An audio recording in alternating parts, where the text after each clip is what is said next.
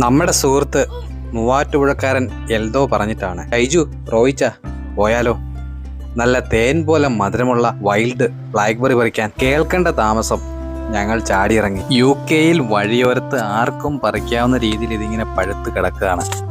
തിന്നും പറിച്ചും 4 കിലോ ശേഖരിച്ചു. നന്നായി കഴുകി തിളപ്പിച്ച് നീരാക്കി കരുതി വെച്ചിരിക്കുന്ന നല്ലൊരു വെള്ള തോർത്തിലൊരു മഗ് കൊണ്ട് ഇതിന്റെ ചാറ് ഒഴിച്ച് നന്നായി പിഴിഞ്ഞെടുത്തു. അല്പം കൂടി ആറാനായി കാത്തിരുന്നെങ്കിൽ നന്നായിരുന്നു. കൈ പൊള്ളാതിരിക്കാൻ പറഞ്ഞതാണേ. കുറച്ച് വെള്ളം കൂടി ചേർത്ത് വീണ്ടും അടുപ്പത്ത് വെച്ചു. 1 കിലോ പഞ്ചസാരയിട്ട് ഇളക്കി വീണ്ടും നന്നായി തിളപ്പിച്ചു. നല്ല തോട്ടപ്പള്ളി സ്റ്റൈലിലുള്ള കുടിച്ചാൽ മടുക്കാത്ത രുചികരമായ നല്ല ജ്യൂസ് തയ്യാറാക്കി.